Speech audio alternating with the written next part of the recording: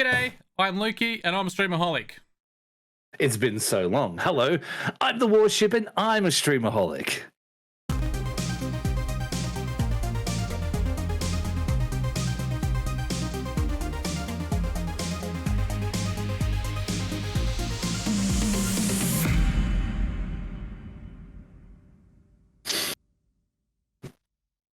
Hello, and welcome back to Streamaholics. It's been a while, as Warship said in the intro. How are you going, Warship? Yeah, going really well. I wasn't even on the right screen. I wasn't pushing the right button. I looked 4,000 miles away. My hair's all strange and hats on and Wolverine's coming and a whole bunch of other great stuff. How about you? Yeah, no, I'm pretty good. I don't think I'm as... I'm excited to talk about some stuff, but I don't think I'm as excited as you about the games that you were just mentioning quietly just before we started. Oh, man, I'm living for Fat Dad Bod Thor right now. It's amazing. I'm so keen on it. It's going to be so much fun. But yeah, we got so much to talk about. How has it been? How was your break? Was it a lot of fun? Well, not really. For those of you watching at home, the real reason why we had off last week is I clashed with some finals. I usually miss my sports on Friday nights for Streamaholics, but we're into the what do you call it? The good part of the season. We're in the finals. Finals? We're in the finals, but I don't know how to. We're in the important part of the season, so I couldn't quite tell my team to get stuffed. I'm doing a podcast, so I thought I'd better play sport last week. So yeah, so we had and what a week to have a night off. Oh yeah. Well, certainly. My goodness, everything happened this week. Everything happened. I even streamed on YouTube last week. That's nice. Yeah, that's how flat out it's been. So there's been a lot that's happened in the past, nearly 14 days, I guess. Yeah. Since we were here last, and it's really really interesting. The landscape feels a lot different, especially with that YouTube news. With the defections and the conversations we'll be having very very shortly, the whole landscape has changed, and it does mean that we might start to see a little bit of competition.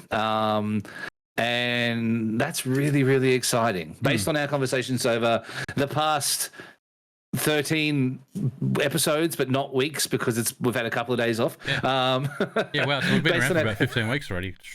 Yeah. Based on the last sort of 15 weeks worth of stuff, we've been talking about this eventual kind of combustion or when someone was going to have to step up and, when something was going to change. And it looks like a big part of it has happened because a couple of the big boys have just taken the swing.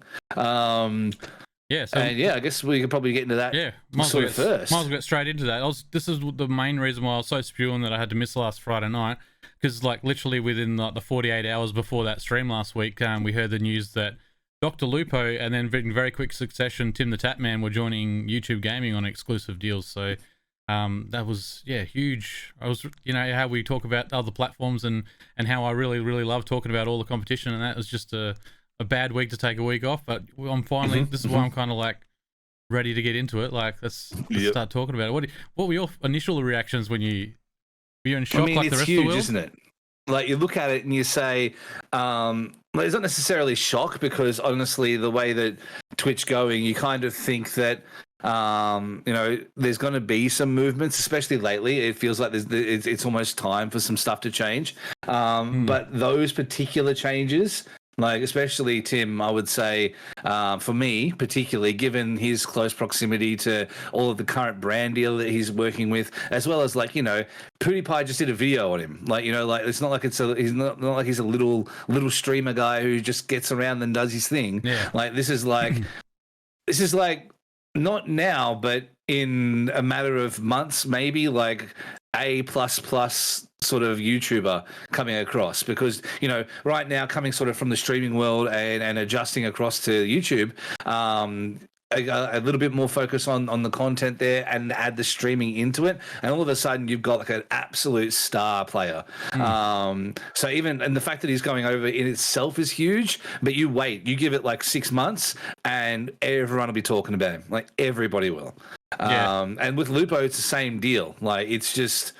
It's essentially taken a really solid core of streaming, the people sort of at that top level, and just ripped it right out. So I'm genuinely excited to see what happens. like it's huge for the games they play. It's huge for the content. And like I don't even know how to really like articulate it, because what it does mean is that this could change everything. This could change the way that Twitch monetizes their content. This could change the way that they look out for people, conversations, communication, all of it. Like it's all up for debate now, because when you lose two big hitters like this, someone's getting fired. Like there's a conversation that's going right now behind closed doors about why the absolute you let this happen in the first place. Like, so someone's going to get that fire. Absolutely.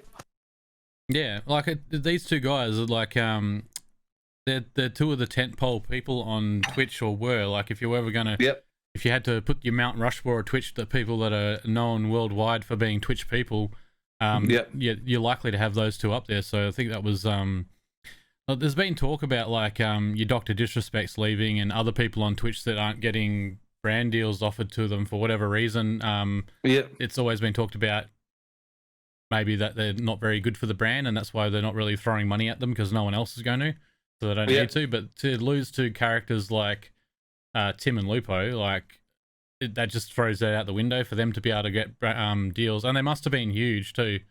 Big deals. We don't have the details on them, I don't think. I feel like some of the financial stuff we've been talking about with Twitch has come into play there, because it's like I feel like Google's and like if you listen to people like Harrison Heller over the last couple of years, these sort of people have always been saying that if and when YouTube wants to take over the live streaming game, they could just do it. It's just a matter of whether and if they want to do it.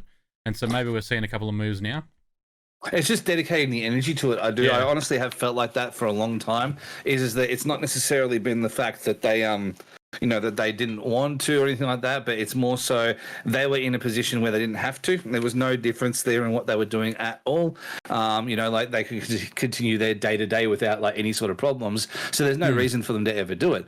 But now that there's beginning to be a hole, as we've been speaking about for a while now, when it comes to content, like there has been slowly but surely a hole in the industry, and a spot for YouTube to really get a hold on, because they haven't needed to. But now that like Twitch is becoming more like relevant to a lot more people with COVID, all that kind of stuff, it now sits to the point where everybody knows that Amazon does not give a shit about what Twitch is doing at a business level. That's well documented. The conversation's gone on plenty of times where they say it doesn't even touch the sides as far as their income goes. And I'm sure the same thing can be said for Google and YouTube. I'm sure there's an element of that they don't even give a shit about what happens on the platform. But that being said, like if they took it into their own hands and they actually cared about it, it's going to make a huge difference, like an absolute huge difference. Because, like I said, it's just little things. I didn't give it enough credit. I'm sorry, my hat's not working for me today. I did not give it enough credit before I'd streamed on it. So I streamed on it last week. Could have even been the week before now that I think about it. Yeah. But yeah, I streamed on it, and immediately it was like this wave of relief, like completely like a wave of relief. I got on there and I had like a good amount of people on there. I think like my average was like 32, 34. That's pretty good. Not too bad for my first time on the platform. And I did go up and down from there as well. But like looking at the actual, like my in-stream analytics, there was like this awesome flow chart of everything that was going on as it was happening. It gave me like average view time as I was in there. So how long people stuck around in the stream and chatted with me. Yeah, cool. Because it's not monetized yet, there was no worry about me going, hopefully these guys will subscribe and stuff like that. It was more so, hey guys, subscribe from a following point of view, like click the subscribe button, not click the give me money button. And it was a totally different feel, and a really, really positive one too. Obviously, Twitch is my income and is my job, so I'm not in the position where I will permanently make the jump across, but I'm actually looking at doing a couple of days a week for now, whilst I'm affiliated only on YouTube, because there's nothing to stop me from doing that, because it's live content, can't be the same live content within a 24-hour period. So as long as I'm doing something different, which can be playing a different game, it doesn't matter. So I've actually taken to doing that now. I've actually got another live stream booked, I think, for tomorrow on YouTube, just because it was really refreshing. Like the way that the whole system works, the way that the conversation happens as well. It's not just constant like Twitch trolling, like nobody's totally been touching my spaghetti the whole stream. There's been it was just conversations with people again. Yeah, awesome. And just we just buggerized around. We played. It was in support of the day off Twitch. Yeah, that's why I did it. I went over there for that, and it was just really cool. So yeah, I look at it now, and I feel like people saw it there when they were watching. Like people like Jingso. Oh, we lost you. Hello? Or is it me that's lost? Can you hear me? Sorry, Chippy, sorry. Can you hear me? Yeah, I can hear you. Oh, you come back again, yeah. Just something just then when... What? Yeah. Huge difference. Massive difference. And maybe it's just because I was like really burnt out at that point with what I was doing on the Twitch side of things. And I did take a couple of days off after that as well. And I'm probably going to take a couple of days off this week as well because we're in the middle of building our office. Yeah. But yeah, in general, it was just a really positive experience. So if in all honesty, if you took a lot of the processes that Twitch have in place right now, like, your bits and your subs and your affiliate level like all that kind of stuff. If you carbon copied that across and then kept YouTube systems in place, half the platform would leave, in my opinion. Well, they do have that stuff, don't they? It's just you have to get to 1,000. Yeah, you have to. Yeah. So, get it. But I'm saying like all the people who are under 1,000. You know what I mean? Like all those people who, because for me, like on Twitch, I'm at 4. So for me, I'd be able to get in if it was just a straight transfer. Yeah. But right now, 340 on YouTube. So I can't apply for it. But I know that like if I had. Like, for the people who have less than me, because there's plenty of my friends who have like 600, 700, 800 followers on Twitch. If you gave them facility to affiliate over in the same way that you do for Twitch, I reckon half of them would leave straight away, just based on the ease of use, because it was so much easier to use. There was so much less bullshit.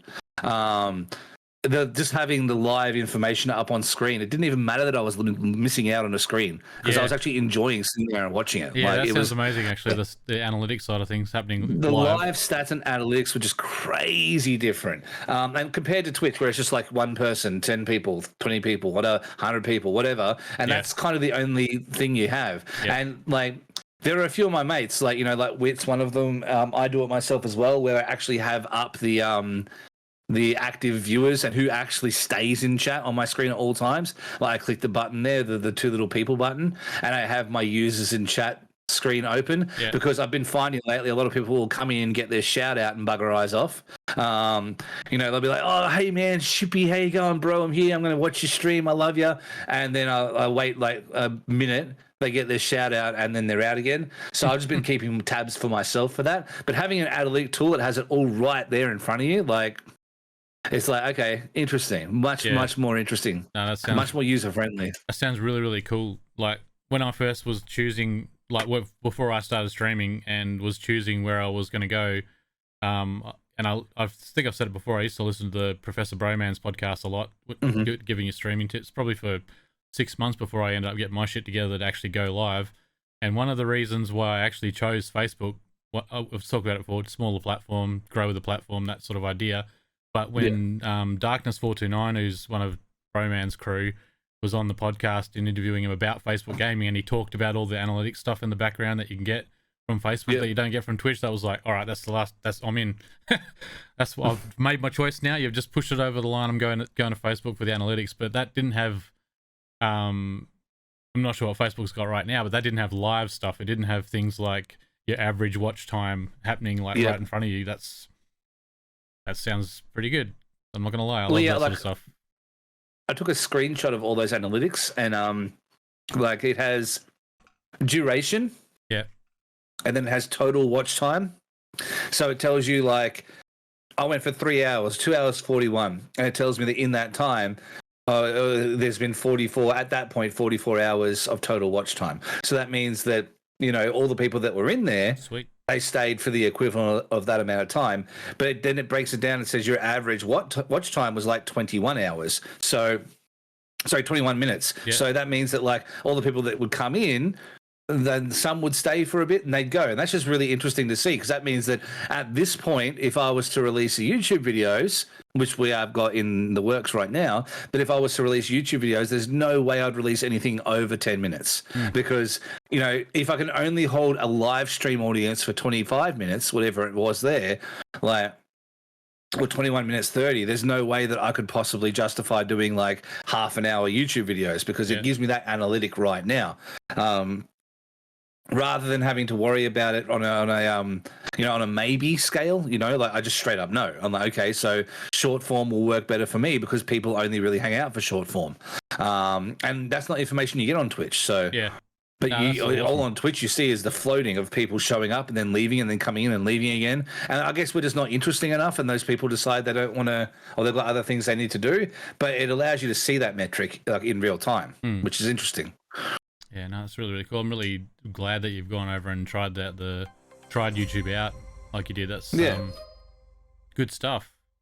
Kind of wish I was streaming at the moment, because all these exciting things are happening, and I've been planning on doing things. I actually don't, to be honest myself, I'm planning on probably not streaming when I come back, probably just doing like YouTube style content with my time. To begin with, at least. Yeah. So all of this sort of stuff pushing towards YouTube is kind of just cementing that idea that I had in my head that maybe live streaming isn't the way to go for me when I come back. But well, live streaming is fun, and I love it, and it provides food for my family, and it keeps us all safe.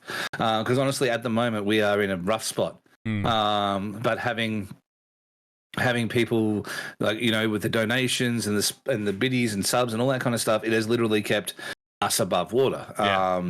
And like, even though right now I think my PayPal is like $30 in debt. And that's because I still get subscriptions taken out and I forget about them. But that's how low it is this month. It's a very, very low month. So unfortunately, like, that's just the way it is. But that's the problem in relying on one avenue and relying purely and solely on Twitch. So that's why in the next month, you're going to see a lot more YouTube stuff, not just from me, but other stuff that I'm associated with as well. And it's going to become like a completely different beast, because it has to be, because you can't survive on what we do on Twitch. Twitch is not a sustainable job by itself. I don't care who says it is, unless you have already got like that huge fan base somewhere else. It's just not as sustainable. So, well, it's diversity is one of the things that we always preach when someone says, "How do I make it on whatever platform?" Diversification and using other platforms at the same time is always the best way to go. Everyone always says that. Like, I've been hearing that since the dawn of time of streaming and content creation, is to not put all your eggs in one basket. Because, and the other thing that I've always trying to point out to people when everyone dreams of being like the big Twitch streamer and all that sort of thing, is that when you have like the big Twitch streamers that have been on the platform for 4 or 5 years and made a lot of money, but they're like streaming like 200 hours a month or more. Like they're literally doing it like a full-time job, and it does. And they're stuck in an ecosystem where if you don't stream for a day or two, they lose so much money that they just have to. And so that not sustainable comes in for them as well, even at the top end. And that's why you see people like Lupo and Tim with their moves last week to YouTube. I know Lupo specifically mentioned not having to stream as much. So he's planning on doing more edited content too, which helps him out on the back end, mentally, physically, being able to spend more time with family and that and not get so burnt out. So it's interesting to see that like the lower streamers on Twitch all want to be the big streamers. The big streamers on Twitch are all looking to get out, and like this is not like, I do not want to be playing games for 300 hours a month if I can diversify and get my income coming from other sources. And look, I'm in the same boat. Like, even though I'm not doing like 300 hours a month or whatever it is, like for me, I'm still doing maybe 5-6 hours a night most nights. So I could do the extra 3 or 4 and make it that full-time job's worth. But if I don't stream on 1 or 2 days like I have done recently, I reckon this month alone, I'll probably, for the maybe 5 days I've missed this month, I'll probably lose about $1,000. And that money is money that we need. But I couldn't do it at the time for whatever reason. But it's a lot of money. It's a lot of money that will help us keep us above water and all that kind of stuff. With the office being built right now too, we've dropped a lot of extra money in that as well. And with my partner being on maternity leave right now as well, she can't work, so she doesn't get really very much either. She gets like a maternity leave payment, but it's not much. So we rely on streaming. And then to have that happen, and alongside of that, looking at how the bigger YouTubers and streamers and everyone else who's doing this content creation stuff goes, if they miss a day or two, it's the same thing on a totally different scale, but it's still the same thing. They still have expenses they need to pay. They still have stuff they can't, survive without. So I definitely understand the grind and how hard the grind is if you miss a day. So being able to not have to always be on would be amazing. To be able to say, okay, so videos are coming out on this day, whatever it is. And then as a cool bonus, what we'll do is I'll stream for this, and this. And you make streaming not necessarily the minor thing you do, but it makes it so much more important when you get on and click the go button. Because right now, I kind of suffer a little bit from a feeling like maybe people are sick of it a little bit, I guess. I don't know. Like when you feel like if you're on every single day, people eventually say, well, I don't need to go there because I was there every day this week. I was there every day this fortnight. I'll have a day off. And then that's fine. But then you start to feel that on a bigger scale, and it starts to get really scary. When you have like 10, 20, 30 people less, it's a very, very interesting, really complex feeling that you have, I think, when it comes to being a streamer, because it's really easy just to say, oh yeah, you just sit in front of a camera and that's all you do for hours a day. But the mental fight for this shit is just over the top. Like it really, really is. It can become overwhelming, like really, really quickly. And you make a good point there about like viewers that, do they feel the pressure of being able to return every single day to try and support you when you're doing it every single day, 6 months? Like, where does it go next? It's 12 months of trying to make sure you support this person every single day.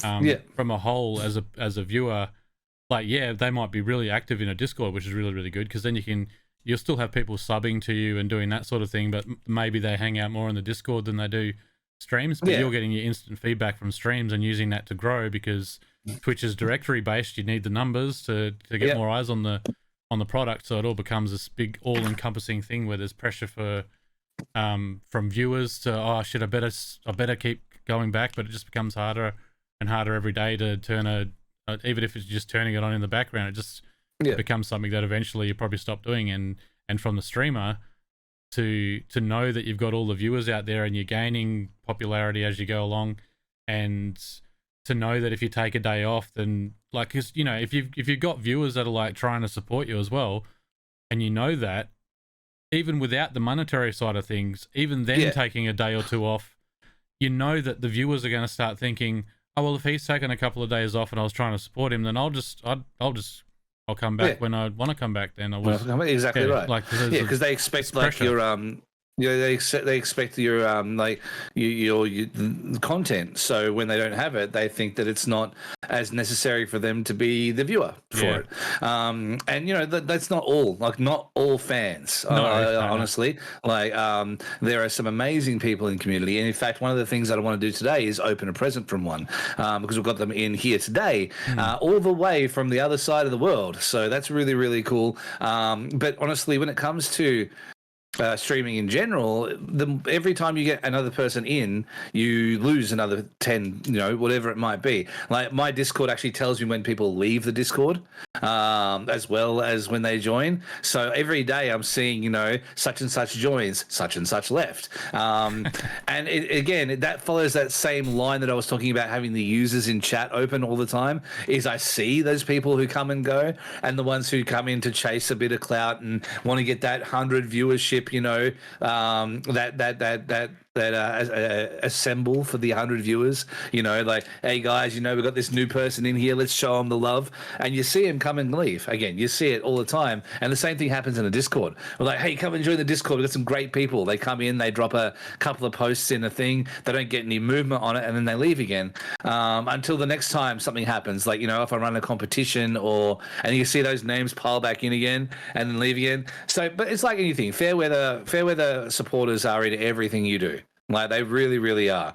Like whether it be from wrestling, where people would support me when I wasn't hurt, to when the second I got hurt, they just left. Whether it be wrestling, just in general, everything that we do, there's always those people who will be there when it's something they can get from it. And then the second they can't get something from it, they'll just quietly bow out. And that's fine. That's life as well. Yeah. But it's just really interesting when you try to get around everybody like I do, for example, and you try to support literally everyone you can, to see that happen.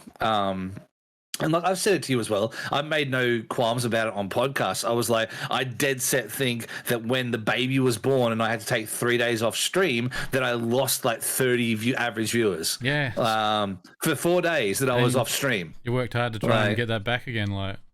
Yeah, it's been a slog, an absolute slog to get it back.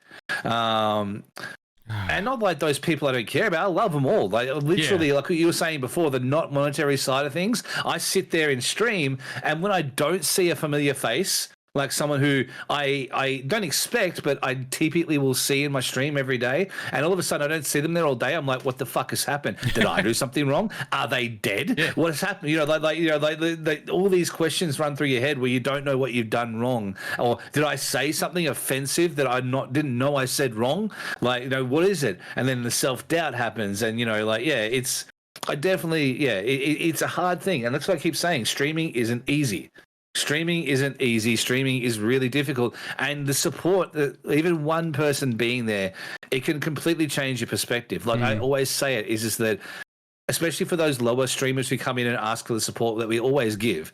I'll always say, go on, give them a follow. One follow could change the whole fucking day. And it's true. One follow could change someone's whole day. Yeah. One view, one average viewer extra could mean the difference between affiliate for someone and not. I've got people in my streams who come in who have been sitting on 2.3 for months, and I am one of them. Like I'm one of that 2.3, but I can only do so much. So it's like, yeah, I don't know. It's a bit of a weird thing, and you get your head stuck in the numbers. And when you get your head stuck in the numbers, that's when you start to fail. That's when you start to slip away. And that's why the YouTube thing was really cool for me the other day. Because when I went to YouTube, and I wasn't worried about who was there, I have to make sure I have at least my 100 people in stream. None of that stuff was there. I didn't have to worry about getting on those stupid damn gosh dang beers or nothing. I didn't have to Yeah. None of this for a bit. It was just legitimately just the stream. You got to be sober for a stream. It was fun. Yeah. And honestly, like when I went for that big push, I was like, guys, I need your help for the next however long it takes for us to get to that partner level. I need your help if you can. And like I said, up until the baby was born, every day, boom, heaps of people all the time. 100% in, and I was in every stream as well because I could be. And then baby came, I had to have 4 days off, and all of a sudden baby crying can't necessarily come in this room every single day. And it just felt like I had stabbed someone or something. Like I just didn't understand it. So it's like there's such a head game in streaming. Like it really, really is. And I know that all of that's bullshit, what I've just said. I know none of that's true. It's you're completely 100%. Well, not 100%. I think you're pretty close to accurate with a lot of stuff you're saying. I think. Yeah. Like, because I know that a lot of the stuff that you're saying there is just bringing me back to when I was fully in it. Like when I was like in the Facebook and Mixer side of things, and I was fully into this whole thing, and the people coming and going, and you're worrying about it. That is all 100% all about it. And while you're saying that, I'm sitting here and I'm thinking, yeah, no, I'm definitely doing like edited videos now. I'm not. That's definitely reinforced that idea. But I think for other people that do like the live streaming, I also think that give it a go. Yeah, do your live streaming, have a crack at it, see if you like it. But I do think that if you're not doing it as a hobby and you want to take it fully serious, I think this just reinforces the messages that we're always trying to send about doing other content as well. And I reckon do more. You're bang on with, I think, where this content creation game is kind of going. And I think it is doing some form of content, whether it's on YouTube or a podcast or, whatever the other platform is that you can create some content on there as your meat and potatoes, and that the live streaming comes off of that. And I think that's why the YouTube thing's so intriguing, is because you can do both of those things on the same platform. So if you become known as someone who brings out 2 videos a week and just streams randomly whenever, like the streaming doesn't become like a pressurized thing. It just becomes a cool hangout once a fortnight or once a month. Even one stream a fortnight or a month for someone who brings out regular videos. In an ideal situation, that's how it would be. Yeah. Like it would be like, X amount of videos a week, and then 3 streams. That's a really, really good balance, like for work life. But where we're at right now, we have to work towards that. Yeah. Because you can't just come in here and do that straight off the bat. It's the same as everyone who comes in off the bat and is like, bruh, I'll just be the best COD player ever and won't look at my screen. Like, you can't do that straight off the bat. You have to go and you have to get your community first. And yeah, like, you've seen the size and the breadth of my community and how much they get around and they support each other. Mm-hmm. And I know that it's not entirely correct, the feeling I have, but it doesn't hurt, it doesn't help the feeling, you know what I mean? It doesn't hurt the worry at the same time, because it is job, it is work, it is what I do. So I definitely understand that I'm not the worst and I'm not bad at this and I'm good at this, but at the same time you do feel like a failure if you have less people, or if there are key people who and you talk to every day and all of a sudden they're not there, or maybe someone that you really, really like talking to and all of a sudden they disappear and you see them 4 months later in someone else's stream and you're like, okay, so was I just boring? Have you just moved on? It's like the breakup syndrome almost to a point. And that can get scary because you do get invested in your community as much as they get invested in you, and I think that's also the sign of a good streamer.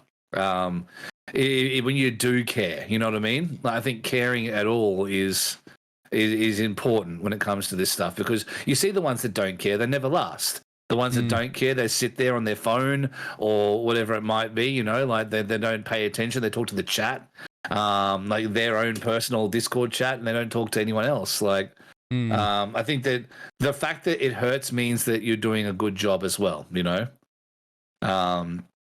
So as much as I say, I'm trying not to discourage anyone from streaming because it's the best thing ever. It literally saved me. Who would be a streamer? But at the same time, it can be very emotionally taxing, and it is definitely not for everybody. Like, that's a big thing. It is definitely not. Yeah, and then sometimes you have these amazing people who come through and really, really just like support you nonstop and constantly, whether they're friends from beforehand or the better ones are the ones you've never met before at all. And then all of a sudden they're there every single day regardless. And those things are amazing. Those memories, those experiences, they're incredible. Yeah. So definitely has pros and cons. It is a really good feeling when you're meeting new people. That was when I first started streaming, was the most exciting and coolest thing about it was that I just started putting my videos up live and playing video games and started meeting people all around the world, when I find it hard to even make friends really, or have time to even go find friends in real life. And all of a sudden I've got people from Canada and people from Greece that are talking to me and showing up every night to chat to this poor little Aussie out in the bush over here playing video games. It's really cool. It.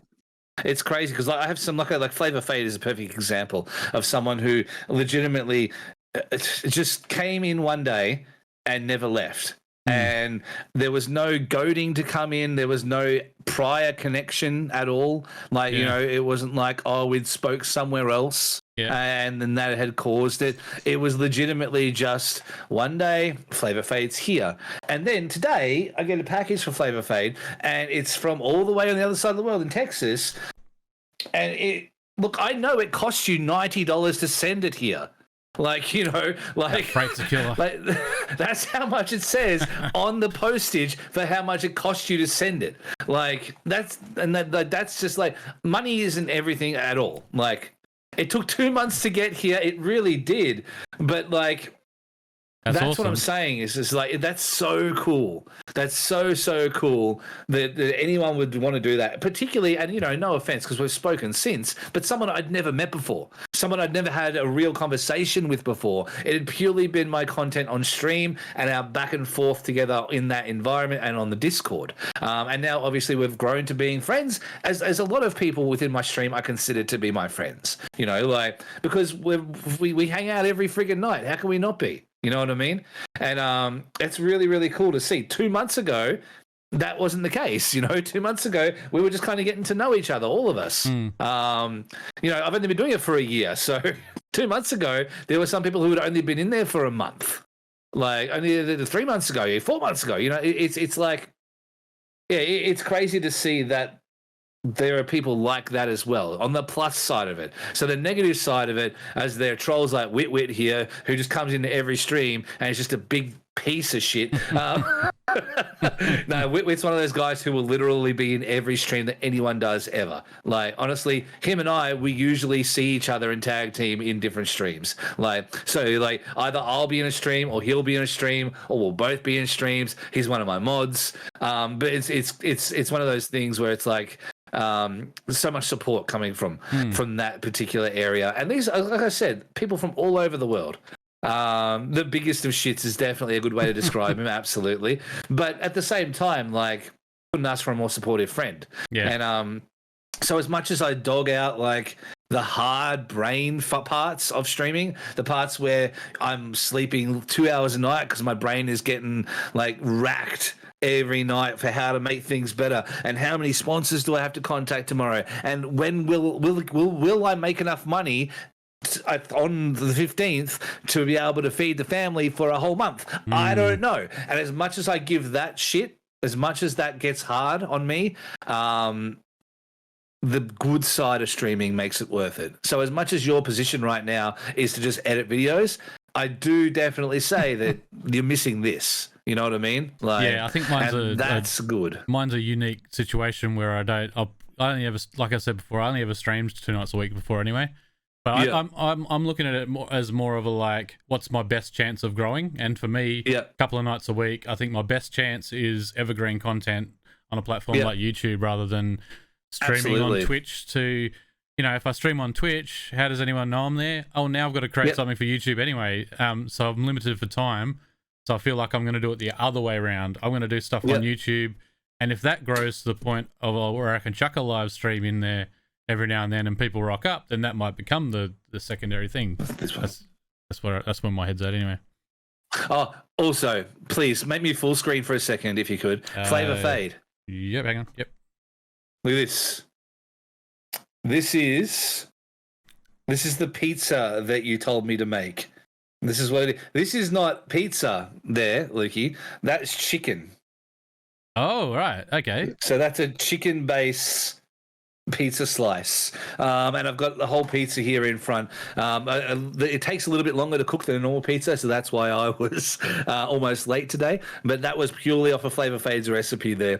Because, no carbs at nighttime, so, just protein. So it's chicken. It's just like chicken. Someone's beaten that chicken down, just like with the. Oh yeah, pretty much what happened too.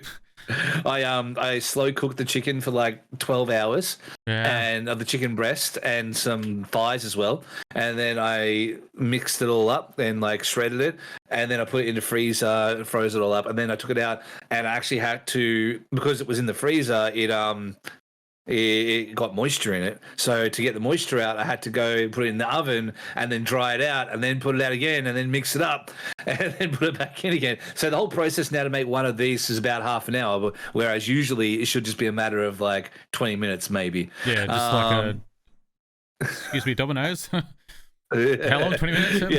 Yeah, but because I am trying to drop the weight down now after, my injury and everything like that, now I'm trying to look at everything I can do. So it's also why I'm not drinking as much on stream. And if I do drink, it's things like vodka. And I'll try my best. Soda water. The old vodka soda water. Yeah, that's not too bad. But honestly, vodka and not a sponsor, vodka and G Fuel, even though they say don't do it, is very nice. Because of the caffeine. But then again, it's no different than having like, your Jaeger bombs and stuff like that. Yeah, exactly right. But yeah, I really wanted to, if you wouldn't mind. I reckon it'd be kind of cool to open this on stream. I wasn't going to do it on this stream. I was going to save it for mine, but I really want to see what it is. So it's got like zoomed in American Express stuff all over it, Express Mail, United States Postal Service, all that. I've never even seen a box like this before because everything usually comes from somewhere here. I'm sure it's probably the norm over there, you know what I mean? Like to send things fireworks and streamers that just pour out of it as soon as you open it up. All right. Anyway, let's go. Let's do this. He is more happy than a kid on Christmas. It's a good time. Hello there, Cupcake as well. Welcome. All right, this one. All right, so this. What do we got? Let's see. Oh my goodness. Holy shit. This is what I'm saying when it comes to example of amazing things that people do. I'm not going to read these things because I see there are things. But just to give you an example, and everyone who's watching from there, I'm going to open this properly before I show everyone. It's exciting. But it is. But so it's a massive bag. That's what it is. But it's not really. This is for my baby. Ah. A crocheted blanket. Like that's awesome. really, really nice. That's super, super sweet. It's super, super nice. Thank you so, so much. She's gonna absolutely love that. Yeah, and look, that's just like the full on too, because that's a level of like work that's been put into it. Let's say 2.5 weeks just to make it. That's so nice. It looks all fancy too. The stitching in it. It's not even. It's got like really, yeah. It's really, really nice, and for that to awesome. to be a thing is super, super cool. So thank you so much. That's. Like, you know, it's so easy just to go and buy like something and then send it to a streamer. And that's always appreciated too. But that compared to like sitting there for 2.5 weeks and actually like putting it together is just crazy. Yeah, and yes, it definitely is based off of those colors. Yeah, I can see that too. That's really, really cool. Thank you so, so much. Yes. I see the colours on you. Yeah, that's really cool. The colours. But yeah, no, like that's really, really sweet. And like you know, that's what I'm saying. Is as much as we rag out on live streaming in general and the pressures and stresses that come with being a streamer, that's just an example of like the really good, really amazing community that is actually here within my own community, within Twitch as a whole, and just in general. Like, you know, like this doesn't need to happen. Nobody needs to do this. Yeah, but that's just really, really cool that it's happened. Like, really, really cool. There you go. It's going to do that. It's going to now feel nice and snuggled up. It's about those connections that you make through live streaming. You're just like, you can't, like I talk about doing edited content. No one's going to be knitting me a blanket and sending me that by me doing some funny videos on YouTube, like because you don't have exactly that same connection as you do. And that's what I'm saying. Is that's what you're definitely missing out on. Yeah, absolutely. By not streaming like live to a bunch of people, like, you know, you definitely won't get that same connection, but you'll make connections through other things because people will send you messages and say like, oh, this video kept me from being sad for the day, or it let me smile, or whatever it might be. And that's really cool too. So, you know, like content creation in general is a very stressful, very scary beast, I think. And that's something that is Where's me? I need my glasses. Wait, where are my glasses? Here we go. Good. I need like the little wig and the glasses, and I've already got the purple hair. Oh, you have too? There we are. Yeah. Feel good. Feel right. Feel real good. This is Shippy on Twitch when he's a massive partner in 2035. Yeah, that's how long it'll take. I'll probably go far enough. Granddad Shippy. This is all 2045 maybe. No, I'm probably too late for the screenshot. It's already undoubtedly happened from Wit. But I'm just going to put this stuff over here for now on my hat pile. And but yeah, like honestly, as much as there is a lot of stuff that's like very scary and very intimidating, there's also some really, really beautiful stuff as well. So yeah. What do we have as far as questions go this week? So we'll get into the Discord questions.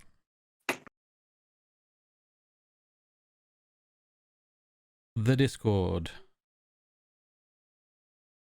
Goa subscribers, secret channel. Here we go. So. Oh, you mean the Goa subscribers for the Goa members, the secret channel? The secret channel that only people that are Goa members can be a part of. So, chat, I might as well tell you. If you are... we do a little thing here at Goa that's a little bit different to just subscribing like you do on Twitch. You get more than emotes if you do the Goa membership, which is the Legends Club. And I'll just type it into chat really slowly with my single finger typing I wasn't very good. Maybe speaking failure right here. There you go. So if you go to GameOnAus.com, become a legend, it'll give you all the information there. But what you get for becoming a legend for $11, $1 of that every month goes to a charity of our choosing. We've got 2 really good charities we're working with this year. You also get exclusive content behind the scenes, monthly content there. You get entries into our competitions. You get entries into our tournaments. You get exclusive deals from our partners that we have on board as well. So there's a whole bunch of partners in the gaming industry too that you can get exclusive deals from. And some of them are actually been giving us first crack at exclusive content and stuff as well. So a big one that's happening at the moment is the through Pentanet, which is an internet service provider over here in West Australia. So this is kind of locally based at the moment, but Pentanet has access to the NVIDIA GeForce Now cloud-based gaming service. Yeah. And people that are a part of the Game On Aus Legends Club are actually getting exclusive access to the beta on that as well. So, yeah, so there's cool stuff like that anyway. And one of the other things that you get is you get to access to a very exclusive channel in our Discord, in the Game On Aus Discord, where you can ask questions and chat to the staff whenever you want. And you can ask questions when we give the shout out for the podcast. And this week we have these following questions. So the first one, for variety streamers, is falling into being a niche streamer a bad thing, and how to either avoid it or how to get engagement levels back after streaming a certain niche for a while? All right. So my view, I'll start with me because you asked a question this time, and then we'll do you next time. My view is that I think that being a niche creator is both good and bad. It can be really good if you find a community and a game that is ever evolving, and that they continue to enjoy and you continue to enjoy. However, I do think that you need to sort of have another avenue, like we spoke about all day today, whether it be a podcast or, I'm talking about like a podcast on Listener or Spotify or something like that, as well as maybe YouTube content, as long as you can use those as ancillary means to have the conversation. Because one day, if that game ever dies, all of a sudden you're voiceless. And the problem with that is that you can say, "Oh, boys, it sucks. My game closed down. Now we can't play Flip Flop anymore. But what we'll do is we'll head over here to hip hop, and that will be fine." And you might get half of the community do it, but some of them will be like, "Nah, bruh, I want to play Flip Flop." And you can't do that no more. At the end of the day, what will happen is that you'll either lose your community entirely, or you'll lose most of them. So for me, my advice is always to diversify. Whether it means that you have Minecraft Mondays, and you make sure that every Monday you're playing Minecraft, no matter what happens. But then the rest of the week you do other stuff. Whether it's that. Or whether it's 2 or 3 days of the same thing. I've got a great mate named Hydrax who's actually in the Anchor Club as well, and Hydrax is constantly playing one of these games. I never know what it is. It's one of the Mowbray kind of games. It's World of Warcraft. Yeah. So, Hydrax is constantly and forever always in a World of Warcraft, and even right now. And for me, that's I couldn't do that on that scale, because I would feel like the second World of Warcraft dies, what do I do? So yeah, my personal opinion is to make sure that you do more than one thing. That's one thing I see the problem with all the DBD streamers at the moment. I'm not picking on it just because Wit's in the stream, because Wit plays other things. But if Wit only played Dead by Daylight and then all of a sudden DBD just shit its pants, he would have to rely on other stuff. So yeah, for me, I would definitely suggest making sure to diversify content. So in the way that we for an example, I'm picking on him because he's here right now. He'll do Animal Crossing, or he'll do Ghost of Tsushima, or he'll do other things along that path. Because to me, it just makes sense. Your microphone settings are on the screen. Yeah, sorry. I all of a sudden had some notifications coming through from something. I'd never had them before. I had Facebook notifications coming through all of a sudden. OnlyFans. Yeah, lucky it wasn't that, yeah. Your subscription is just about to run out, Lukey. But no, yeah, but honestly, being stuck. I've got friends who are hard stuck in games like Dead by Daylight, and they literally play nothing else every night. They will play something else, and their numbers will drop down to half. And then the second they get onto DBD, I almost said OnlyFans. The second they get onto DBD, all of a sudden there will be, double the amount of people that were there before, purely and simply because they're playing the game that I like you to play. And that's a problem. That's the problem you don't want to have. You avoid that now by diversifying early. That's my personal opinion on it. What about you? What do you think?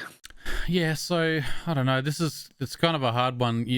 One of the ways you can grow is by choosing a niche game, obviously, and growing with the game. If it's a new game or if it's an old game, you can grow by gaining some.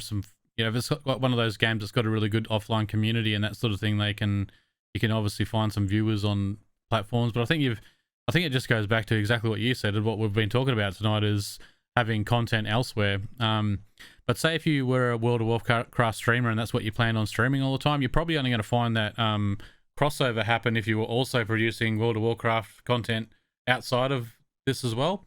So I think if you're going to create some sort of content outside of your Twitch, you do have to go back to that diversifying on Twitch too. So it becomes like, whatever this content is over here, is it always World of Warcraft? Or then you probably have to stream World of Warcraft, and then you're going to live and die by the success of that game. Absolutely. So I don't know. You can maybe, and I don't know. This might be the bad example because I don't play these sorts of games. But if you're a World of Warcraft streamer, can you also play other similar games to that too that are in the same sort of genre? So maybe you could stick within a genre that's probably got less chance of dying. Like if you were a FPS sort of streamer, you could obviously diversify by staying within the FPS genre rather than sticking to just Call of Duty. To use that as an example. Or if you played, like Madden or something like that, and that was your game, maybe you play NBA during the NBA season and you're diversifying that way. So you're still staying within a certain bubble, but not within a particular game. But yeah, I really do think that you need to create something else offline, some other content elsewhere to drive it back to your Twitch. But variety, I think that's how variety will survive. But it becomes like a personal thing. It's about you. If playing a niche game isn't necessarily bad if you are okay playing that game, because like Shippy said, as soon as you stop playing that game eventually, if you've been playing it for a while and started to develop a community around it, if you stop playing that game, you might have some of those people hang around, but most of them that have been watching you play this game won't. And you see it happen with even the bigger streamers. They might have 10,000 watching them all the time, and then they play another certain game and it's 2,000. But I mean, imagine if more console just stopped doing Destiny content. Like completely, imagine if he was not, sweet, precious Lute about everything, and all of a sudden he was talking about a completely different game. Or my name is Bife. I know he started to do a little bit of other stuff now, around like Warframe and stuff like that. But could you imagine if he was no longer Hello Guardians? Like, like there was no more Destiny content at all. It'd probably cause like a bit of a thing. It's the same with these World of Warcraft streamers as well. When you come in here and you're like, okay, so we're playing this game, blah, blah, blah. I'm sitting here, I'm not really talking or whatever. But then when it comes to YouTube, it's like, guys, did you want to find the great sword of Erectoning? Well, here's how you do it. Watch the video, annotations, blah, blah, blah. Stay tuned. And you'll end up doing that content as well. Like, it'll end up being a thing that the whole thing will kind of cycle around because people will expect a specific kind of content based on what you do on stream as well. So it really does come down to your personal preference. Are you okay with betting your streaming career, at least a portion of it, on one thing? Because if you are, go for it. It may be also personality is the big thing too. If you don't have the personality, honestly, to hold the audience's attention outside of a particular game, then maybe the game is the thing that you should focus on. You always play to your strengths. So if your strength is not the game, if your strength is not your personality, but you're really good at the game, then play the game, This is not there is no easy fix, one solution for all of this at all. This all really does come down to what works for who is different. For me, being a personality, being a online presence, that has worked for me. But y'all know I'm a shit gamer. Like, I can play games, sometimes good, sometimes really good, but sometimes maybe not very good at all. In fact, like sometimes maybe shit. Sometimes it may be shit. Because that's me, like, so. But that's the appeal of me. Whereas I know that you'll go into some people's streams just to see them do some really, really sick stuff. So, it comes down again to you, your stream, and your content. That's honestly, that's all there really is to it. It all comes down to a personal preference as well. And if you ask me for something, you're going to get a totally different opinion as opposed to if they ask Lukey something. So, yeah, and I think. The other thing that's an interesting take on it too, if you're talking about whether or not you should play a niche game, is that sometimes you got to look at it and go, how many people are out here doing variety and everyone's playing a different game every single night of the week and they're not really going anywhere. Like maybe your one shot to getting a 50 CCV average is by picking a very niche game that you love and you know a lot about and creating content within that one little game. And then, when I come to the problem later on down the track, if I can push this game to its limits, in terms of the amount of content I can push through it, if the game either dies or I get sick of it, that's a good problem to try and work out later. Because, at the end of the day, maybe you don't like all these other games or you like them, but they're not the game that you absolutely love and know, like, if you're a knowledge base of this game, that'd be a good, stick to that game then. Create the YouTube content where you're informing new players and other people about the game and the knowledge base behind the game and the backstories and the lore and all that sort of stuff behind a game, or just how to complete missions and all that, whatever it is in the game. Then dive in there, and maybe it's a case of like, well, I wasn't going anywhere. I've tried other things. I see other people similar to me just playing games and trying to chat and create a community or whatever.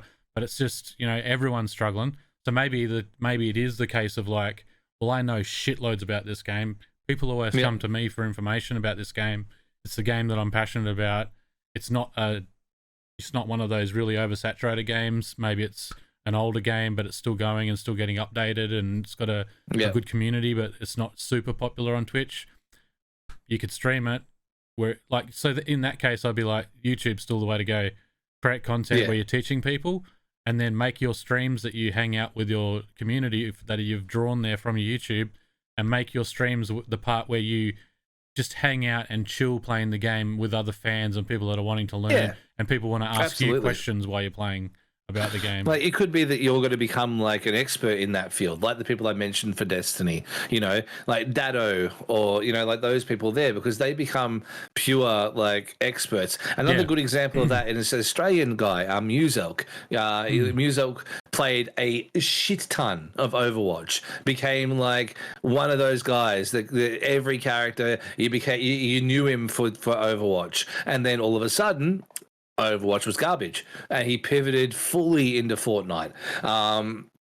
And he's managed to survive. So it's not impossible. Yeah. Like, it's not impossible to take there you go, and be fully committed to one game and one game only, and then pivot when the next one comes along. You just have to be prepared that it might not work as well, because not everyone will like what you do. So I know that people tell me here on stream, they're always like, oh, Shippy, it doesn't matter what you play. But then I look at the numbers sometimes and I'm like, bruh, I played a game I wanted to play for one day, and there was 50 less people than there usually is. You can't tell me the games don't matter even a little bit. Like, so yeah, it's one of those things where it's like, you could bet you're the farm, and there's no reason not to. Like, honestly, if you're a small to medium creator just trying to grow on the platform, what do you got to lose? Spend a year of your time mucking around, seeing if it works, and if it doesn't work, change it up. Yeah, exactly. Like, there's no reason why not. You could do 90% one game and leave 10%, one stream a week maybe, for half of a stream, a different game. And that way at least you've still got your personality out there, you're still doing something a little bit different, but you're focused on one particular brand, and that's fine too. So, and I think the Muselk example is a good one actually. He obviously is just entertaining on his own, like without the game. So although he was putting all of his eggs in one basket to begin with, he was still entertaining enough and providing quality enough content that he was able to transfer that over into another game or whatever. I think we would have went to like Fortnite at that point, was it? And I I mean, mean like for that me, was it was oversaturated. into Fortnite. Yeah, so it was from Overwatch into Fortnite. He did a little bit of Minecraft in between, but it Okay, was yeah. predominantly like almost a full like 180, like full shift to Fortnite from Overwatch. Yeah.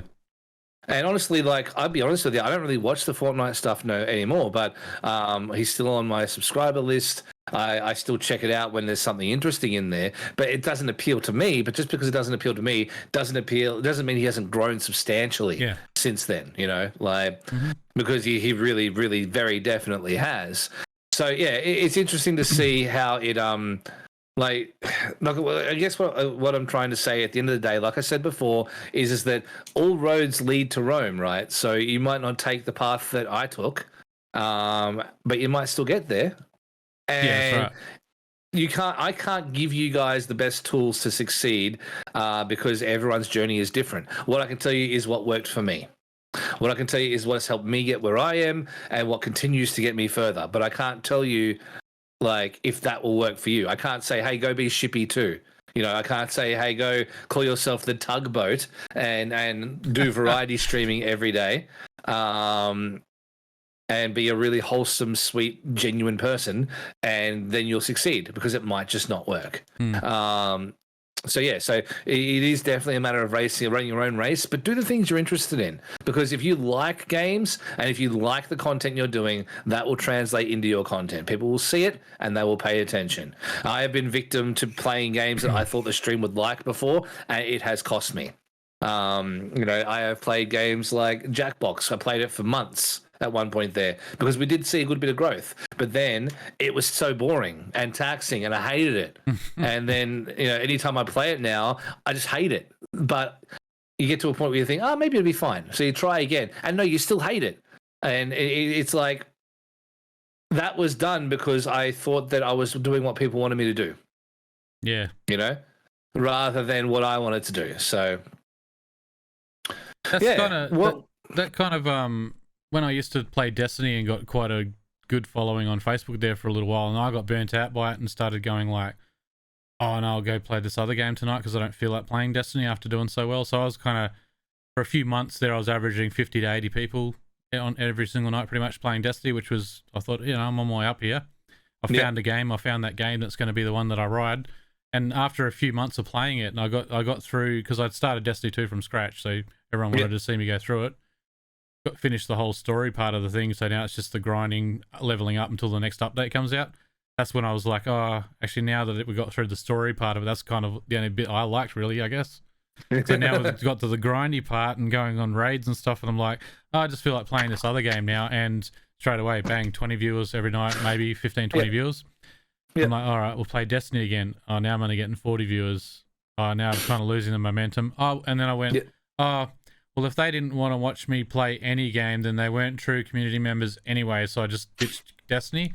And when I look back at it, I'm like, no, wait. To me, I looked at that the wrong way. I wanted to be a professional streamer and do this for a living, and I found a game that was seeing me slowly, gradually rise over a 3-month period, and I should have, and I regret it, this is what I think I should have done, is that I should have rode Destiny and gone as far as I could with Destiny and just kept on playing it, whether I liked it or not, because this isn't me sitting on my couch every night playing the games that I want to play because for fun. If I wanted to make that a living and I wanted to do this professionally, I should have seen how far I could have taken it once I caught that Destiny wave. And I should have, and even if I'm creating Destiny content now, 2 years later, like, so be it. If that's if that's the thing that makes you have an income playing video games, then sometimes you maybe just have to go with it. If you literally cannot stand it and cannot stomach doing it, just keep doing it until you literally can't anymore. Because I chose the easy way out and thought, no, I'll just play Apex tonight. They'll still watch me. I'm entertaining enough. And I think I was entertaining, but I just caught a bit of a wave there and I jumped off the wave and I regretted it later. So I think if you're doing it for a business and you do catch that wave, ride it as far as you possibly bloody can. Like, no matter what the game is, you obviously enjoyed the game enough to play it for 3 months. Past Lukey, you should have kept playing it. That being said, it got very hard to play. Like, well, I've even completely fallen off the game as well, and I spent so long playing it. But yeah, no, I definitely understand that too, and that does make a very good point as well. Is if you do find something that is catching fire and that people enjoy, as long as you're enjoying it, keep doing it. But and I don't think you made a mistake because if you're not enjoying it anymore, then that will eventually show through. People will see that, and you'll be angry at the game, like I was, and people will see it, and it just won't provide quality unless, of course, you become the rager who always complains about the game that you're watching. Maybe that's what I should have done. You should be like, this game is so bad, and this is why, but I have to play it anyway because it's all you nerds like to watch. Yeah, if I had become that guy. If I had have gone with like the anti-hero character instead of the superhero character that I was doing, like maybe I could have gotten away with that, just being the rage. Like, I'm only playing this fucking game because you want me to play it. Like it would have worked then, and I would have probably had fun talking shit. Yeah, no, absolutely. But no, I think that's kind of the answer. There's no real definable response that we can give, but the most that we can say is that you gotta forge a path that you're happy with. 100. Like, yeah, 100%. There was one more question I think as well, wasn't there? Yeah, the other question there on the back end of that one was, and what is some advice for a streamer who is playing a game that requires a lot of attention? What can they do to keep engaging with chat while not losing the momentum of the game by pausing? Okay. YouTubers. Put on YouTube. Talk to the people. Because at the end of the day, unless they're the kind of people who are okay with not watching, what's the difference? Are you going to sit here doing these ones? Oh my god, the whole time watching you play a game. Hello, everybody. My name is Markiplier. You're going to be doing a whole bunch of this. Like, what's the difference if you're doing that in front of nobody or if you're doing that on a YouTube video where you could potentially get more people talking anyway about it? My 1,000,000% advice is if you're playing a game that you full well know is not a game you can talk to the chat with, don't do it on stream unless you're known for that, unless you're known for ignoring chat, don't do it. Yeah, you gotta probably, you can't do that as a small streamer, definitely. So you have to have built that relationship with someone over a period of time. So you've either once again created some other content elsewhere where people have seen the videos where you're entertaining talking about that game, and now they watch you stream. You still have to, I think, even if you're playing like and Monster Hunter, where they were further talking about in the game, which I've never played, but obviously there's obviously some bosses and stuff you can get involved. It's a little bit difficult, and you do have to spend a bit of time actually concentrating. Yeah, and so Call of Duty, those sort of games where you're really involved in the game for 10 minutes, and then you've got your in-between game where you can chat. But I still think, you have to chat in some form. You have to still be engaging. Even if you're not reading chat every single comment, you have to still be glancing there, grabbing a comment and riffing on that while you're playing to some extent, I think. Like, you have to still be creating some sort of content. Even if you're not reading chat at all, looking over there and you're only going to get to that in between games, just finding some way to be entertaining while you're playing that game. It might be just the reactions that you're giving, and there's, the noises that you're making while you're having this big, like, boss fight, like, the over-the-top YouTube sort of stuff. Like, it'd be hard to do over and over again all the time in streams, but if you can find some, like, I've got a dry sense of humor, and you don't hear me get a high-pitched voice or much lower-pitched voice, like, and so even with my character, I was kind of a drier character, so I would still be joking and trying to create jokes or trying to find anything funny that's happening in a Call of Duty game or an Apex game, because I played a lot of first-person shooters back then, and trying to make it entertaining, trying to talk myself up and be really cocky while I was playing a game, or if I just trying to provide some sort of entertainment that's different to everyone else, because I know that everyone else is sitting there in the corner of their stream just playing the game and concentrating too much, is having people come and then leave. So absolutely. Yeah, that's my 2 cents. I think that you're on the right track as well. Like, I think that at least some kind of interaction is better than none, but at the same time as well, it depends on what you're looking for. Yeah. If you're looking for a community where you can have that interaction where they'll always be there and they want to be your friend and, you know, you want to get around each other and have a good time, then great. If you're okay with people flying in and out, then, you know, great. You know, like do that. You don't need to, you know, it's not necessary, you know what I mean, for people to no one has to be in your streams. And I've made this point again and again. But that also works both ways. Is that as far as no one has to be in your streams, that's true. Also is the fact that if you don't want those people to be a constant sort of like a constant permanence in your stream, then you don't need to provide that either. You know, you can take the time to not really be the guy who talks to people if that's what you choose to do. I just personally find that for me, it's much better to be the guy who does. You know, like, and that's just for me. Like, you know, if you want to be the guy who never speaks to the community or very rarely speaks, that's completely fine as well. Like, there's nothing stopping anyone from doing that at all. I just know what I feel works best. Yeah. So, yeah, and because even viewers are looking for something different. Some viewers, like I'll use me for example. Like I find it hard to, and maybe this is why I'm thinking of edited YouTube videos, but I find it hard to hang out in chats. I'll often just be a lurker, even with people that I like. I'm often doing things, so I'm often putting somebody on my phone while I'm at work and carrying my phone with me around as I'm working and watching streams, just listening. Yeah, just listening and watching when I can over here on the side, just because I'm listening to what's going on in the game or their chat or whatever, because I'm trying to support them. At home, same thing. I might chuck it on the. I watch Twitch often. The place I watch Twitch most often is on my couch at night times, and I don't chat. It's on my big TV. I bring it up, and I like watching. It's great that people have got their communities, but for me, I'm a different type of viewer as well. So there's different. The long story short, there's different types of viewers. So some people are looking for that community. They're looking to get involved with the chat. They're looking for people to talk to. They're looking to make friends. Some people watch it like they watch YouTube. They bring up streams because they like the interaction. They like the feeling that you're there live talking to people, but aren't necessarily going to worry about being the person that talks.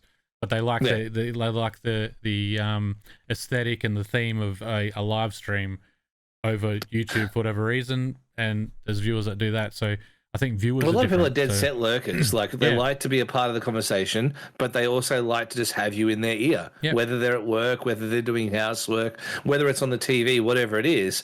They might not always talk, but the second you ask them a question, they usually respond. And that's fine too. You know, like sometimes it's better. Sometimes they have the experience is theirs, not yours. Like. That's something that people need to remember as well, is when it comes to Twitch, the experience isn't yours to command, it's theirs to enjoy. So if they're the way that they get your content and they put it in their face, the way they get their content is by being an active member of the community, good. If the way they get the view is by being a lurker, good. If they're somewhere in the middle, good. You know, there's no reason that anyone needs to be upset about that at all. You don't own your community. That's a big thing. Like I said this before on stream, on the podcast, when people say to me, how did you make people come and be a person in your chat? How do you make people be here? And like, well, you know, you don't fucking do that, because that's not what this is. You know, if people want to be here, they'll be here. If people want to get around you, they'll get around you. And that is legitimately it.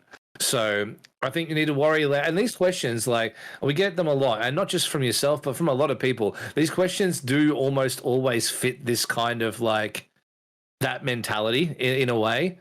You know, this like this grabby, I deserve, I need, I require, this is what makes me a person, like viewership only, nothing more. Like a lot of these questions kind of drive that narrative. But the reality is that some people will just not want to be there. And I can't say, hey, if you do what I say, you'll have a bunch of people in your stream. I can't say, hey, if you act a certain way, people will like you. Because at the end of the day, everybody's got their own individual opinion. So, like, relaxing your mind on that is honestly a big thing. relaxing your mind on how many people you have viewing, relaxing your mind on how to engage new people. Yes, it's important to find new strategies, engage. I'm about to drop something that will blow your fucking brains out. It's going to be ridiculous. But you've got to, we got to find new ways to engage. You got to find new ways to do that stuff, but you can't focus entirely on that. You can't be sitting there like an accountant at the end of the day with the pencil behind your ear, grabbing one of them old, like, one of these things, the number things you always see in the old television shows, going like, well, this person wasn't here on this day, why not? Well, the ledgers have to match up. It will drive you fucking spare. It drove me spare. Like, I'm literally just recovering from it now because I got so invested in the numbers. The partner push thing, it broke my spirit. Like, and you have to be very careful with that, because it can do it. You can be riding high, higher than anyone you know, for example. Like for me, a lot of people sort of vortex their way to me and they say, well, Shippy, you're the guy that I aspire to. And I say, well, there are plenty of people that I aspire to past that point, but don't look to me because I'm the same. I'm the same as you. Yes, there might be an extra 0 behind my viewership at any given time, but that doesn't mean that I don't have the same insecurities, the same anxiousness. We all do. And it's how you deal with it will define whether or not you grow as well. Because you can stunt your own growth by sitting there worrying about the numbers. You can stunt your own growth by sitting there worrying about what should I play every day. There are days when I sit there 5 minutes before I stream and I'm like, God damn it, I don't know what I'm doing today. Shit. And those moments of anxiety, they ruin the stream. Because I'm sitting here, I'm crippled with this worry about what I'm doing. And by the time the stream comes along, I'm like, guys, I have no idea what to do. Like, I don't know what we're doing today. And then I cobble together some bullshit thing that I don't like. And you can tell. Like, so just take a breath. Realize that it might be cool. It might not. But if you have fun, then that's great. And that reiterates our very important fact here that it's okay to just play. And sometimes you just need to play. Sometimes you just need to open up a game and play and have fun. And a lot of the time, honestly, those will be the best streams. And if you're not a gamer and you're just a chatting person, sometimes just getting in there and just having a talk will make you feel a lot better as well.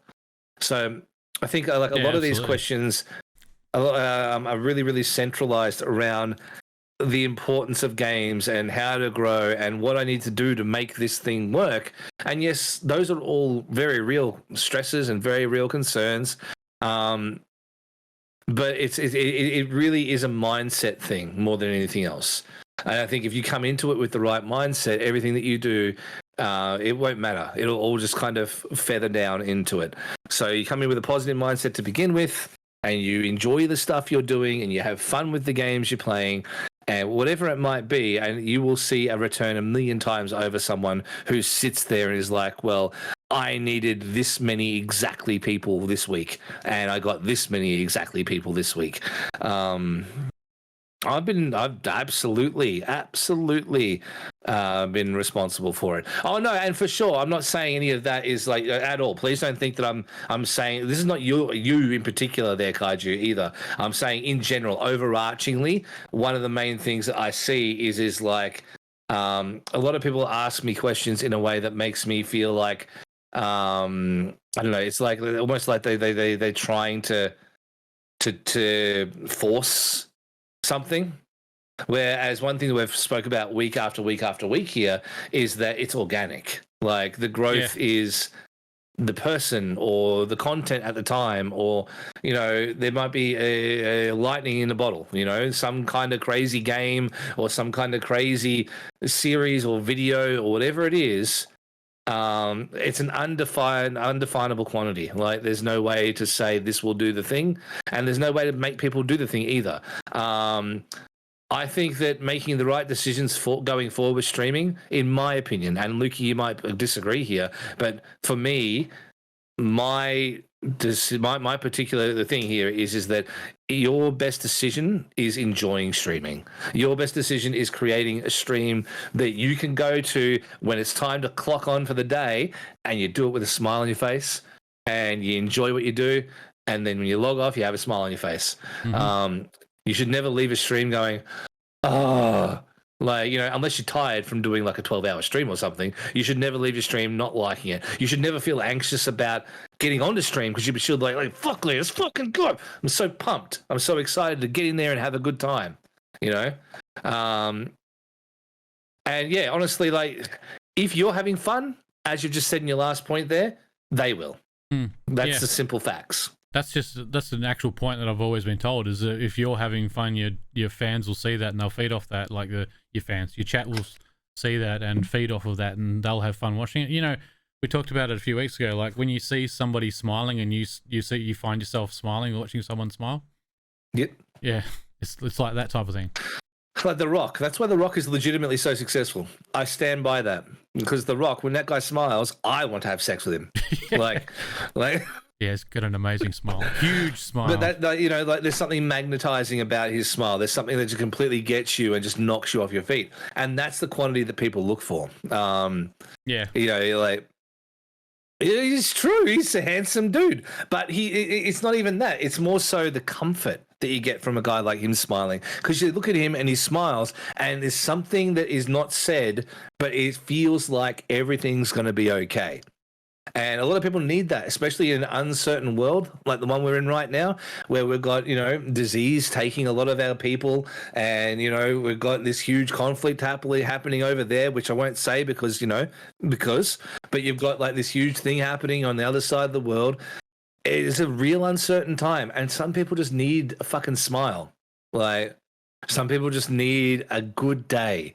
Some people need to go onto a stream and see a dickhead with a vodka bottle shaped like a pistol doing vortexes out of it and dancing around because he's getting on the beers, which is probably water half the time. Some people need that. Yeah. And that's what I sell personally. Like that's what I provide. A safe place where when you get on the stream, you know that you're going to have a good time with friends, You know that you're going to have people in the chat there. Shotgun Steve will be there calling me names. And Flavor Fade will be there. And Wit will be there. Wait, everyone just calls me names. But, like in general, people will be there and you'll feel safe in a community. And then you'll see me and I'm laughing about Super Seducer 2, the penis wiggle, something dumb. And I'm sitting here having a laugh and you guys are laughing as well. And that's the thing. It's not the games. It's not, there's nothing else but that. And that's the thing that I personally think is the most important when it comes to all of this. But it's different for everyone. So, Yeah. Do you agree? Yeah, you gotta, I'm trying to think about what else I can add to that. You do definitely have to have fun. I think it's definitely worthwhile having a plan going into it when you're talking about the games or engagement. You need to, but first off, I'd say you just jump in and do it and have a go, have a crack, see how you go at it and see if you're enjoying that. But when you're wanting to grow and you're looking at starting to try and grow, which is hopefully shortly after that and not like 6 months down the track, you figure out pretty quickly whether this is, I want to pursue this, so let's make a plan. So yeah, definitely choosing the right games that you're going to have fun playing and deciding whether you're going to take a tactical route down a certain game or not, or whether you're going to play variety. But I think all of this all comes back to like in terms of interaction and that you went back to a point here about Kai, about you want to play games that you're good at and enjoy, which is good. That's part of what we're talking about, enjoying something. Most of them are full on hack and slash style games and do require a lot of concentration. So if you're good at and you enjoy them and you know a lot about these games, then while you're in those games, you can be having your personality come out, because you have to have that personality, but you're using that personality also to give information and engagement, even if it's not talking, like I was saying before. So that was just the one thing that I picked out of that last comment you made in the chat there. But so, and you'll have fun. You'll be playing the games that you like. You'll be telling people all the information about what you're doing, like just describing what you're doing and why you made a certain decision there on the fly while you're making that decision in terms of the even like the combat mechanics, about why you made a choice during the combat. I'm going to go over here and explain, like, thinking out loud and explaining out loud why you're doing the things you're doing while you're in a battle that requires your concentration, or a part of the game that requires the concentration, is even good. and then you can get back to your engagement in between that. But yeah, enjoying, and so then you'll have ticked off the I enjoy that game part. But like Shibby was saying though, this just comes back to trying that. You might do this for 3 months and nobody wants you play. No one wants to watch that game. Like it might be that lower niche game that you can't even find the viewers on there. So you just try something else. But I think still goes back to, I think, the main point that we've talked about a lot before, but we've kind of been honing in on that tonight is I feel like, do you want to, like, this is the thing that always gets me about Twitch, right? So this is a sidetrack. You start streaming on Twitch, no matter what game you're streaming, like everything is oversaturated on Twitch to a point. Like you've either got small directories where there's no viewers there anyway, and there is little games you can play to try and work those out, but you've got small directories where there's no viewers, you've got big directories where there's too many viewers, and you have to cycle for half an hour to find you at the bottom, and no one's ever going to. But so, and this is where the thing that Twitch doesn't have that these other platforms have that I keep talking about. Like, so a lot of the times to start making an improvement on Twitch, a lot of people have to go to YouTube or TikTok or Instagram to create content over there to try and convert a certain percentage of those over to watch their live streams. So I still think if you're going to do Twitch, you still have to do that. But that becomes the other points that we've been talking about. We're talking different platforms, and why I'm like, but if you're creating content on, say, YouTube, for example, and 10% of those, if 10% would be a huge number, I think 10% of your viewers are at least coming over and checking out your content on Twitch. Then why wouldn't you have already just stream where you are, and maybe 50% of them get the notification when you go live? Well, yeah, that's the thing. Like, that was what you were saying before. You were like, you know, it's the meat, it's the veg. You know, like you know, I'm like, you know, you have it on the same plate though. You know, rather than having to go to a different shop to get, you know, to get the chips as opposed to where you get your burger from. Just go to the same place. Just get all from one place. And because, like, I know for me, if I was exclusively on, like, if Twitch had a videos service that worked like YouTube and was noticed like YouTube, you know, if you're like, oh, this guy put this video up on Twitch, bro, did you see it? You know, like, as opposed to YouTube, different story. But I think that if they did that, that probably would be a future way for Twitch to maybe combat YouTube. I think so, yeah. Doing this, because at the end of the day, like, YouTube has the VOD game on deck. There's no one who can do the videos service the way they do. And anyone can upload to it. It doesn't cost anything to do it. It's very easy to do, but you can get some really, really special content out of it. And then you add the facility to live stream. And if you add the facility to live stream as well as you can a live streaming service, it's game over.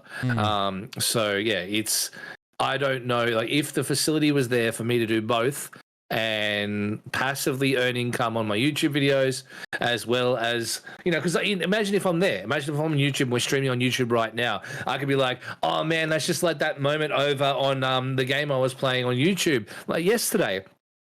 VOD's there. Go check it out. One of my mods, please put the link in the description below. You know, boom, mod puts it in the chat. They click that, they go there. That's more passive viewing for you. They don't even have to leave the site for it. There's no, I'll copy it for later. They don't, you know, it's just there. So yeah, it seems like it makes the most sense to have one massive juggernaut that does everything, as opposed to one that does niche stuff, because Twitch is a niche. It is, versus a place that does YouTube and video content and then adds the niche to it. So yeah, I think that's one of the things that I think Twitch can do if they really want to make sure that they're staying at the top, is creating a platform or adding to the platform where you can upload edited videos, and clips becomes a thing that gets shown to people. You know how, like, YouTube's like, and Facebook did this with stories as well, and YouTube does it with, like, TikTok's becoming a thing now. People are watching little 30-second videos. So now we've got YouTube Shorts. So now people that watch YouTube Shorts are going through and watching, they get stuck in YouTube short loops, and it's all still on the same platform. So you're subscribing and watching content from people on that platform that do the Shorts content. And it's all there, and it's discoverable. You get pushed, because I don't think Twitch can ever Twitch is never going to be able to provide the same sort of depth in analytics and algorithms to feed you videos that they know that you're going to watch, like YouTube does. Like YouTube's algorithm is so advanced in the way that it uses Google's search engine for starters, so it knows what you do on the internet. And YouTube, like, it's Google and YouTube, the two biggest search engines in the world. They're both owned by the same people, and so that still comes into play with whatever section of YouTube you're on, whether it's the gaming or not. So they've got this ability to send through videos and push. That's why you get stuck in YouTube loops and go down the rabbit holes, because they already know which videos you like watching. They just keep feeding you the same shit. On Twitch, there's nothing like that. If they could, no. And I don't know if they can, because they don't have the search engine stuff behind it to give to. No. But if they had even something that was like, you go to your homepage and at the top there's actually edited videos that have been uploaded by the people that you follow, and maybe there's in between some 3 videos, every third video there's like one that's just chucked in there from somebody that has similar follows to you or plays within the same tags, and people might get stuck down the loop of watching these edited videos on Twitch. Or maybe there's just a facility where the most popular clips are getting uploaded. Maybe you can like or somehow or thumbs up Twitch's clips, and so maybe there's some sort of an algorithm that's feeding clips through to you, at least on the top of the homepage. So at least then you can easily kind of discover new people through getting stuck on a clips loop, watching 30-second clips videos that are being either people that you follow plus people that have been suggested to you.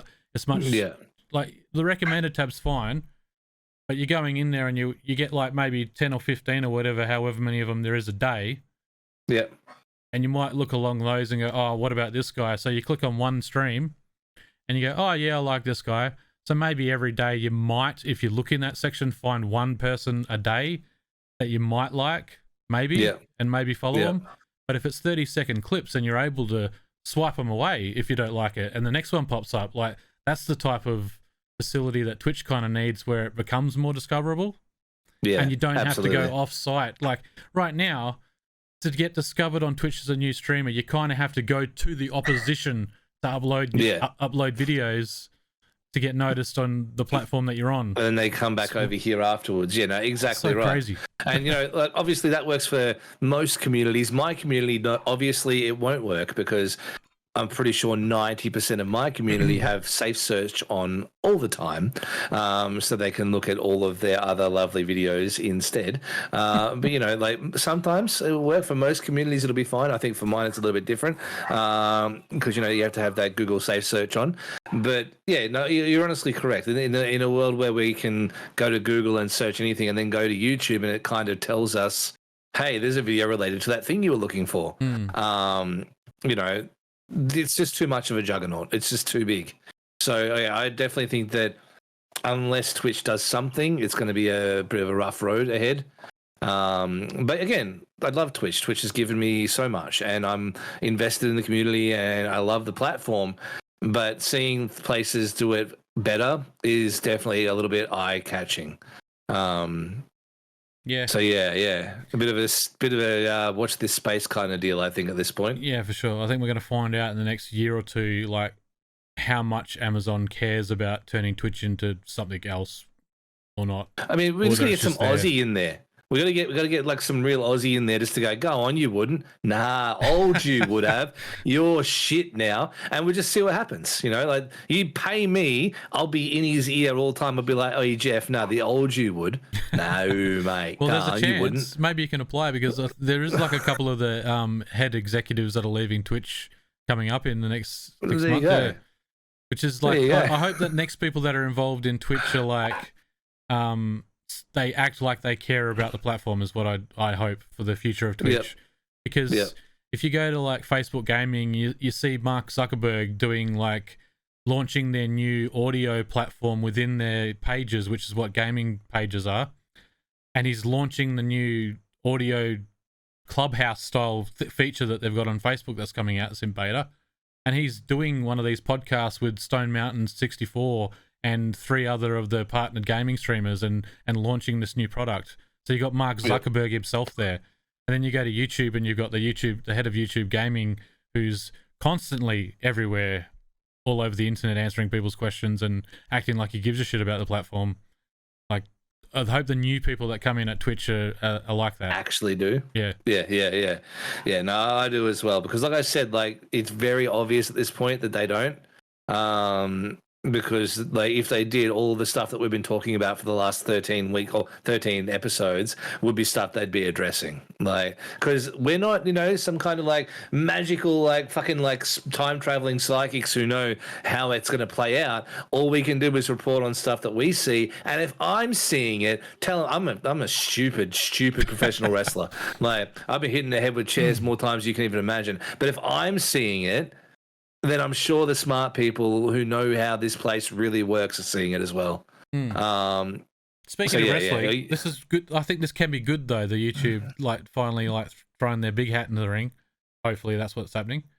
It's because that can breed competition, like the old, the Monday Night Raw Wars, which we're kind of seeing the resurgence of that at the moment in wrestling too, which is really cool. Yep. Yeah, so hopefully that's what happens between Twitch and YouTube and Facebook. Like, honestly, it does make the world different. Maybe we'll get a pay rise. Who knows? Maybe that's what'll happen. Maybe they'll have a look into that 50-50 cut finally. Yeah. Well, anything's better than where we're at right now, I think. We can only hope. Yeah. All right. So I kind of feel like it's come to that time. I've enjoyed today. I hope you guys have as well. Lukey, I hope you have enjoyed the return. Good to be back. We'll obviously be back next week as well. But Lukey, where can they find you? Guys, you can find me at the moment everywhere at Lukey Bangerz. I say at the moment because we've talked about this a little bit before, I am eventually going back to my old persona and doing some shit, so look out for that in the future. But right now, if you want to follow it and be updated when any of that stuff eventually does happen, go to Lukey Bangerz on all the platforms, on Twitch, Twitter, Facebook, Instagram. I don't do Instagram much, but yeah, I don't do Instagram at all, but I've got an account there that I used to use under the same thing. Make sure the Z's on the end of there because I'm cool. Like, you are very cool. Yeah, very cool. Yep. Very, very cool. It's definitely not like an old like boomer thing to do at all. I just want to let you know that it's definitely not that. If I could put an underscore in the middle there, I would have done that too. Maybe a couple some X's on the sides as well. Yeah, a big XX, X, little X. XX Lukey _ Bangerz with a Z XX. All right, it's Shippy. Where can we find you, mate? Is a little bit of a 666 as well, which unfortunately I don't have on my name. My name is just the Warship, pretty much everywhere except for Twitter. At this point, it's just become a thing. Like I can't even threaten them with this bottle of vodka where I'm like, change the name or else because I'll probably get in trouble for that. But yeah, no, we are the Warship everywhere except for Twitter where it is _Warship. Yeah, we're on Twitch, we're on YouTube, we're on TikTok. Follow my Twitter, please. It'd be lovely to get verified somewhere if I can't get verified on Twitch. So, yeah, that'd be very fantastic. Maybe Instagram would be the best one, though. But, yeah, anywhere you can find social media, you'll find me at The Warship.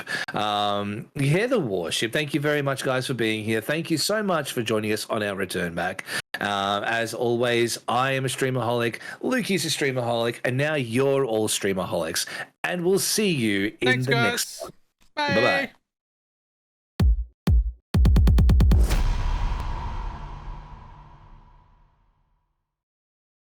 Hey legend, thanks for watching the show. If you want to make sure that you're up to date with all of the Game On Aus content here on YouTube, make sure you click the subscribe button and I'll see you in the next video.